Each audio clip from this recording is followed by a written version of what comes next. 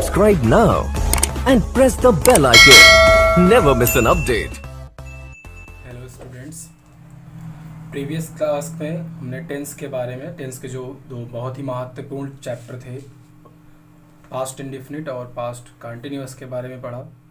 तो आज हम पास्ट टेंस के बहुत ही इम्पॉर्टेंट चैप्टर के बारे में पढ़ने जा रहे हैं, जो सिर्फ टेंस के लिए ही नहीं, इंग्लिश स्पीकिंग के लिए भी बहुत ही महत्वपूर्ण होता है।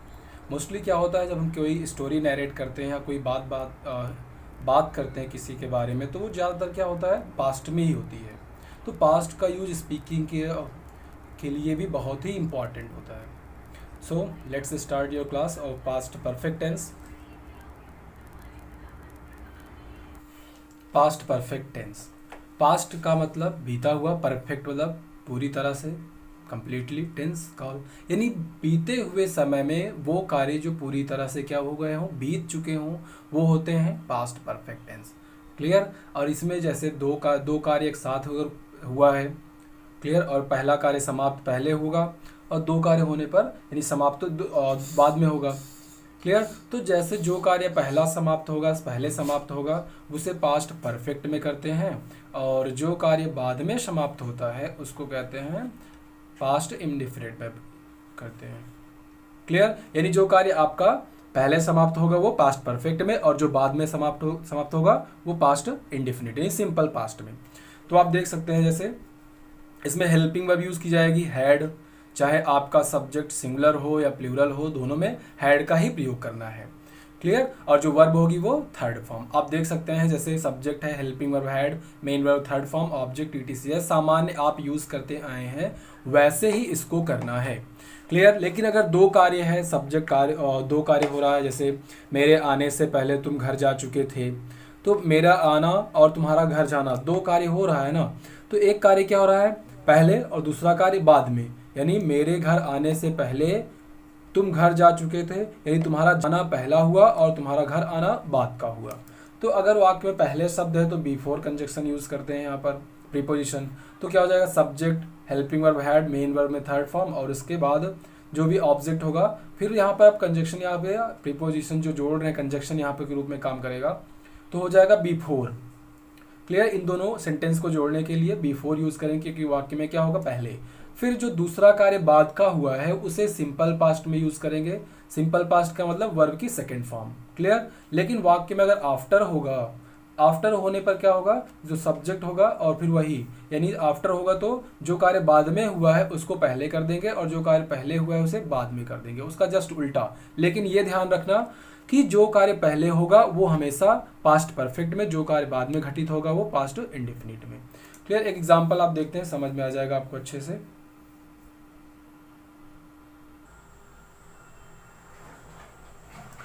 इन दो सेंटेंस को आप ध्यान से देखिए। क्या है पहला, वर्षा हो चुकी थी, पास्ट की बात कर रहा है, वर्षा जो है वो हो चुकी थी, तो क्या होगा, सब्जेक्ट के रूप में इट यूज करेंगे, हेल्पिंग वर्ब हैड और उसके बाद रेन, इट हैड रेन्ड।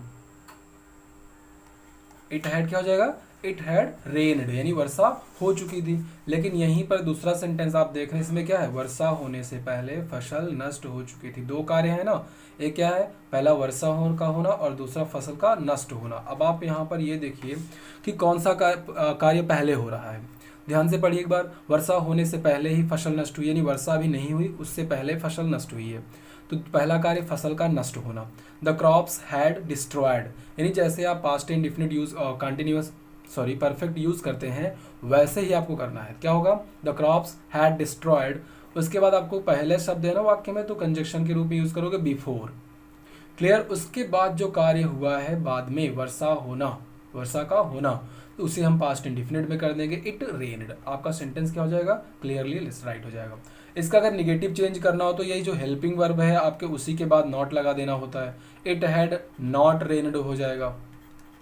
और दो कार्य होने पर जो कार्य आप पहले लिखे हैं, क्लियर, अगर पहला वाक्य में पहले शब्द जो कार्य पहले घटित हुआ है उसको पहले लिखेंगे, बाद शब्द होगा जो कार्य बाद में घटित हुआ है उसको पहले लिखेंगे, तो नॉट जो का यूज जो होगा उसी पहले वाले ही कार्य में, यानी जो पहला लिखा होगा उसी में करेंगे। तो क्या हो जाएगा, the crops had not destroyed before it rained. Clear. और आपको एग्जाम्पल देकर समझाते, जैसे आप इन दो सेंटेंस को ध्यान से देखिए। पहला क्या है, चपरासी स्कूल में घंटी बजा चुका था, और दूसरा है आपका सेंटेंस, मेरे स्कूल पहुंचने से पहले घंटी बज चुकी थी। दो अलग अलग सेंटेंस है ये, इसमें सिर्फ एक ही कार्य है और इसमें दो कार्य हो रहे हैं। ठीक है, तो यहाँ सब्जेक्ट कौन है, प्यून। क्लियर, चाहे आपका सब्जेक्ट प्लूरल हो या सिंगुलर हो, दोनों में हमको कंडीशन में हैड ही यूज करना है। उसके बाद यहाँ देखने बजना, यानी जो घंटी बजाया जा रहा है वही आपका क्या है, मेन वर्ब है। The peon had rung the bell.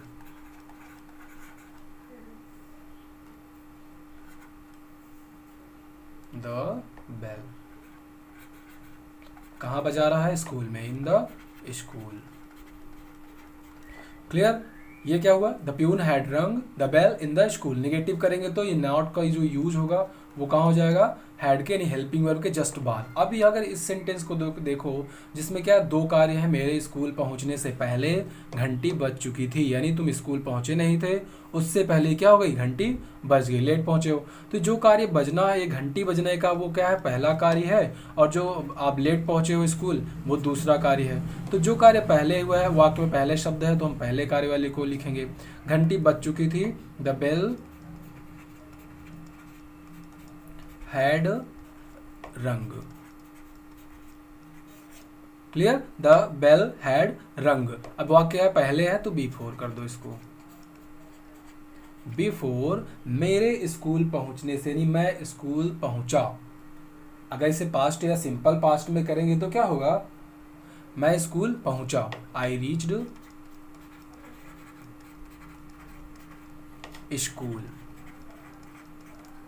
Clear, क्या हो जाएगा, जो कार्य आपका पहले घटे उसे पास्ट परफेक्ट में करना है, पास्ट परफेक्ट में। जो कार्य बाद में घटित हो रहा है उसे पास्ट इंडेफिनिट यानी सिंपल पास्ट में। एकदम सिंपल सा। एक सेंटेंस बाद का देख लेते हैं। एक बाद का सेंटेंस देख लिया। अगर वाक्य में बाद है, आपको आफ्टर यूज करना होगा प्रीपोजिशन कंजक्शन के रूप में। तो देखो यहाँ क्या सेंटेंस है, मेरे सोने के बाद माँ ने खाना खाया था। ठीक है, तो यहाँ सेंटेंस आप पहले वो देखो कौन सा कार्य पहले हो रहा है, कौन सा कार्य बाद में हो रहा है। तो एक बार फिर से आप पढ़ें, मेरे सोने के बाद माँ ने खाना खाया था, यानी पहले कौन सा कार्य हुआ, मेरा सोना।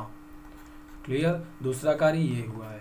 तो जो कार्य आपका पहले घटित हुआ उसे पास्ट परफेक्ट में, जो कार्य बाद में घटित हुआ उसे पास्ट इंडिफिनिट में। लेकिन अब वाक्य में क्या है, बाद शब्द है, तो जो कार्य बाद में घटित हुआ उसे हम पहले लिखेंगे। तो माँ ने खाना खाया। क्लियर, ये आपका पहले लिखा जाएगा, बाद का कार्य है, तो हो जाएगा पास्ट इंडिफिनिट में करेंगे इसको, माई या सॉरी माँ, मदर, माँ ने खाना खाया, मदर एट फूड, माँ ने खाना खाया। आफ्टर मैं सो चुका था। ठीक, मेरे सोने के बाद, आई हैड स्लेप्ट। क्लियर, क्या हो जाएगा, mother eight food after I had slept. अगर इसी को निगेटिव बनाएंगे तो क्या हो जाएगा, mother did not at food after I had slept. तो जैसे हमने आपको बताया कि जो निगेटिव जब करेंगे तो जो कार्य आप पहले लिखे हैं सेंटेंस में ट्रांसलेट करते समय उसी कार्य में हमको निगेटिव भी यूज़ करना होता है। क्लियर, ऐसे ही इंट्रोगेटिव या इंट्रोगेटिव निगेटिव भी करेंगे तो वहाँ भी हमको ऐसे ही यूज़ करना होता है। तो हमने पहले ही आपको बताया शुरुआत में कि जो पास्ट परफेक्ट टेंस है या पास्ट टेंस ही है वो इंग्लिश स्पीकिंग के लिए वाकई में बहुत ही इंपॉर्टेंट होता है। क्लियर, क्योंकि आप जब नरेट करते हो, कोई बात बताते हो, वो सब पास्ट में करते हैं। ठीक है, तो आपको ये भी जानना बहुत ही ज़्यादा ज़रूरी है कि आप दो कार्य होने पर एक कार्य पहले समाप्त होगा, एक कार्य बाद में, तो उनका यूज़ कैसे करना है। क्लियर, चलते हैं पास्ट परफेक्ट के निगेटिव सेंटेंस, इंट्रोगेटिव सेंटेंस में। इंट्रोगेटिव सेंटेंस में क्या होता है, जो हेल्पिंग वर्ब्स होती है हैड, जैसे सभी में यूज़ होता है वैसे पहले इसमें भी यूज़ करेंगे। उसके बाद सब्जेक्ट होगा, वर्ब की थर्ड फॉर्म, सब बाकी सभी वैसे ही होंगे और लास्ट में क्वेश्चन मार्क होगा। लेकिन जब दो कार्य होंगे बिफोर और आफ्टर के लिए, तो जो कार्य आप पहले कर रहे हैं क्लियर। जो पहला कार्य वो पास्ट परफेक्ट में करेंगे और पहले कर रहे हैं तो उसे हेल्पिंग और हैड पहले करेंगे। आफ्टर वाले में बाद का कार्य आप पहले करेंगे तो हेल्पिंग और डिड का यूज़ करते हुए, बाकी सभी कुछ वैसे ही करेंगे, तो लास्ट में क्वेश्चन मार्क का यूज़ करेंगे। क्लियर। अगर इसका इंट्रोगेटिव निगेटिव चेंज कर रहे हैं तो यही सब्जेक्ट के बाद ही आपको नॉट का यूज़ करना होता है। क्लियर। तो आप यहाँ पर जो कुछ सेंटेंस है इससे देखकर आप समझ सकते हैं। जैसे पहला क्या है, क्या सूर्यास्त होने से पहले गायें घास चर चुकी थी। अभी क्या हटाओ और ध्यान सेंटेंस को फिर से पढ़ो। सूर्यास्त होने से पहले गायें घास चर चुकी थी, यानी जो गाय है वो क्या हुआ, घास पहले चरी हैं, उसके बाद सूर्यास्त हुआ है। ये आपका पहला और ये दूसरा। अब इसको हल करते हैं। तो दो कार्य हैं, तो जो कार्य पहले घटी थी उसको पहले लिखेंगे। गायें घास चर चुकी थी, तो क्या होगा, क्या गाय घास चर चुकी थी। Had the cows had grazed the grass। Clear. यहां तक समझ में आया आपका। अभी तो सिंपल पास्ट में परफेक्ट में किए हैं। अब दूसरे कार्य को हल करने के लिए पहले शब्द है तो पहले आप यूज करिए बिफोर। बिफोर सूर्यास्त का होना यानी सूर्यास्त हुआ, ठीक, तो हो जाएगा the sun before the sun set. Set का सेकेंड फॉर्म भी सेट होता है और थर्ड फॉर्म भी क्या होता है, सेट ही होता है। क्लियर। अगर इसका इंट्रोगेटिव निगेटिव चेंज करते हैं तो क्या हो जाएगा, had the cows not had grass the grass before the sun set. Clear. अब अगर आप दूसरा सेंटेंस देखें, इसमें क्या है, क्या वह पहले ही खाना बना चुकी थी। वाक्य आपका जो है एक ही कार्य का है और सेंटेंस में पहले है, तो यहाँ बिफोर नहीं ऑलरेडी यूज किया जाता है। तो क्या होगा इसका, हेल्पिंग कुछ एक ही कार्य है, यस नो टाइप क्वेश्चन है, क्या वह पहले ही खाना बना चुकी थी। इसका हो जाएगा हैड शी। क्लियर। सबसे पहले क्या करेंगे, जो आपकी हेल्पिंग वर्ब है उसको लिखेंगे हैड सी। अब पहले की अंग्रेजी ऑलरेडी यूज करेंगे। Clear. ALREADY। Had she already, अब बनाना खाना बनाया है, ठीक, तो cooked, had she cooked the food. बस हो गया सिंपल सा वाक्य। अगर आपका एक ही कार्य का है और पहले शब्द यूज है तो आपको ऑलरेडी का यूज करना है। अफर्मेटिव होता तो she had already cook the food होता, यानी हेल्पिंग वर्ब के जस्ट बाद ही ऑलरेडी का यूज करना है, ठीक है। लेकिन इंट्रोगेटिव है तो आपको सब्जेक्ट के बाद करेंगे। अगला सेंटेंस आप देखें, बाद का है, यानी वाक्य में क्या है, बाद शब्द है। क्या मेरे जाने के बाद वह सोया था।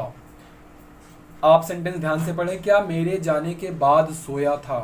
तो मेरे जाने का कार्य क्या है, पहला, और सोना उसका बाद का कार्य है। वाक्य में बाद शब्द है तो जो कार्य आपका बाद में घटित हुआ है उसको पहले लिखेंगे पास्ट इंडेफिनिट में, तो हो जाएगा did he sleep. Clear. Did he sleep after, मेरे जाने के बाद यानी मैं जा चुका था, after I had gone. Last में क्वेश्चन मार्क। क्लियर है ना, एकदम सिंपल सा है, एकदम बहुत ही इजी। बस आपको चीज़ों को ध्यान में रखते हुए जो इसके स्ट्रक्चर है, इसीलिए पूरा स्ट्रक्चर लिख देता हूँ, उसे बताता बोलता नहीं। स्ट्रक्चर आप देख के समझ सकते हैं क्या है, आपको कैसे करना है। सबसे पहले आपको हेल्पिंग वर्ब ही यूज़ करनी है इंट्रोगेटिव में, उसके बाद ही सब्जेक्ट, बाकी सब वैसे ही कर रखते हुए चले जाना है। Clear. Had the cows grazed the grass before the sunset, had she already cook the food, did he sleep after I had gone. तो इस प्रकार आपके जो पास्ट परफेक्ट है उसे आसानी से हल कर सकते हैं इसी स्ट्रक्चर की मदद से। तो आज की क्लास के लिए इतना ही।